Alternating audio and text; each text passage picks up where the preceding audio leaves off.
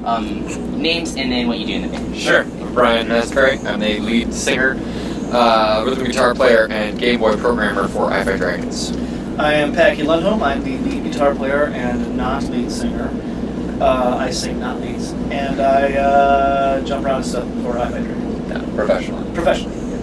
Very, very cool. Thank you. Favorite TV shows?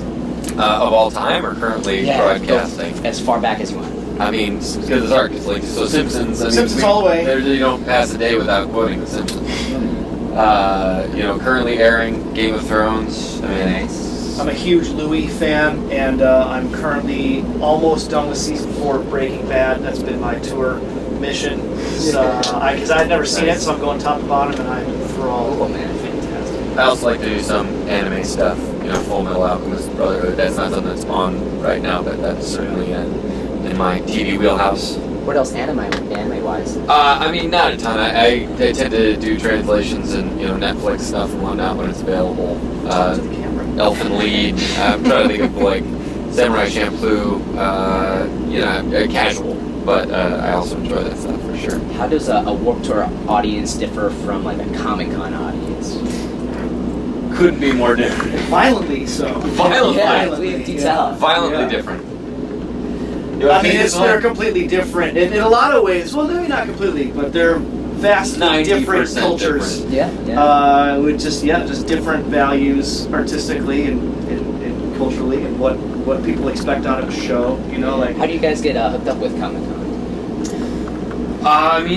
Generally through what we've done, we've worked with Nintendo a little bit. That was how we got hooked up with New York Comic Con 2 years ago. Yeah. We played the Pokemon Black version 2 and White version 2 launch party.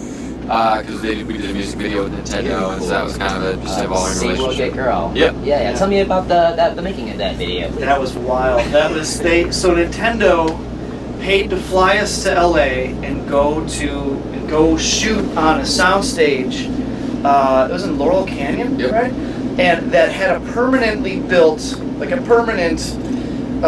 spaceship structure inside of it, with the bridge and the whole, all these busted like a monitors. It's a standing set. Yeah, like if you need a spaceship shot in Laurel Canyon, like this is the place to go. And it was done in 3D. We had a great director. Everything was super, super pro and super well done and catered, and there were like chicks and stuff. We had like hot babes that they cast. We had alien babes, and we had nothing to do with any of this work. Like they just pulled it all together. It was crazy. There. Green screens, and yep. I was in like a space wolf attire. It was crazy. Yeah, it was a blast. It was like DDS. It was like every kid's dream basement. Yeah. Like just a spaceship with babes and a 3D camera. You can't beat it. Pretty much. Yeah. Okay, any celebrity lookalikes in the band? Celebrity? Yeah. Chad, in his longer hair days, looked exactly like Shaun White. Not as much anymore, but if you put the long hair back on him, go find some old pictures. Shaun White. You'll see. Shaun White. Brian gets Charlie Day. You used to get it a lot. Used to get it more, but still sometimes. Occasionally. Packy gets John Lennon because of the glasses, specifically when he wears the glasses. Yeah, I've got these round glasses that. Very nice. But also, Shostakovich once. The internet thinks I look just like Dmitri Shostakovich when I'm shaved. Yeah, I think it's the website looksjustlike.com, something like that. Yeah, cool. You look me up on there. Someone put that together, or some robot. But it is really remarkably. It is like the photo that they have of me and the photo they have of him. Because I was shaved at that point and had the glasses and stuff, and it's a bit. You also had a Chuck Klosterman moment. Yes. In my glasses and beard phase, especially when the beard is nice and fat, it looks like Chuck Klosterman. A little bearded era. Yeah. Very nice. The music scene in the Windy City, and how did that treat you? Chicago's crazy, man. It's such a big city that there's sort of tons of music scenes on top of each other, but it's also a bit funny because it's such a large city. I feel like there's not always the chance to build a music scene in the same way that sort of out of the way cities have, because you're when not everybody comes to tour in your city, you kind of have to make your own scene. But in Chicago, every night of the week you can go see an international touring act, so it's there's not as much chance for there to be a local scene.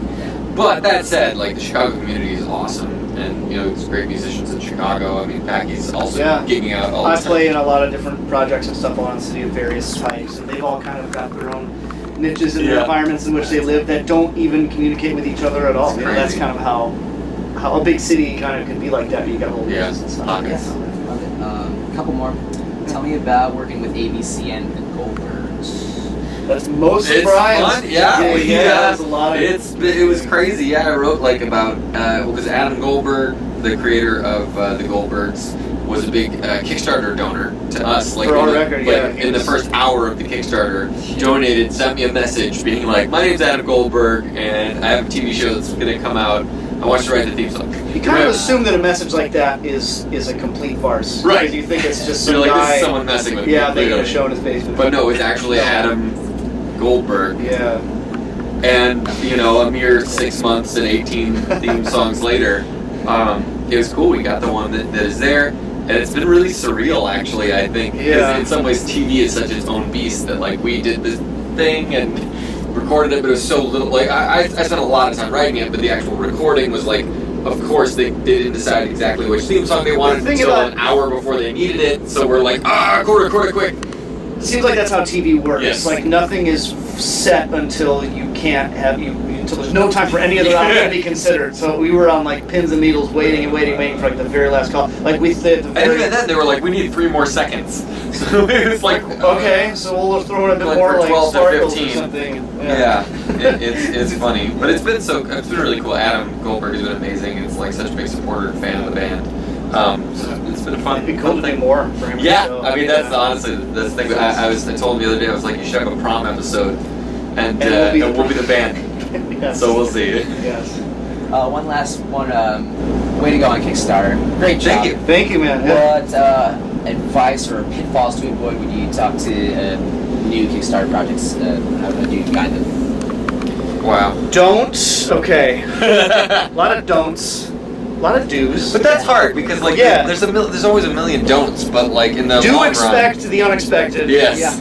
Do expect things to take longer than you want them to. And cost more than you expect. And cost more than you expect. Especially shipping and international shipping. It just keeps like literally in the time between when we were planning the Kickstarter and today, which is like when you think about it, over 2 years because we were like planning it for a while. Yeah. International shipping rates have like more than doubled, which is like you think it's a small thing, but when you got 500 backers, you need to send big packages to. All of a sudden, overseas. Yeah, overseas. You're talking about thousands and thousands of dollars. Yeah. It's just money. That like seems like a little thing, but there's a million things like that that you just don't think about until you have to pay twice as much as you thought you would for each thing. Slate. This is Brian and Packy from I-Fi Dragons. And you were watching CT Music Videos. Sparkles. Thank you so much, guys. Awesome. Yeah. Thanks, man. Have a blessed night. This is Brian and Packy from I-Fi Dragons. And you are watching CT Videos. Music. No, music video. We're gonna do it again.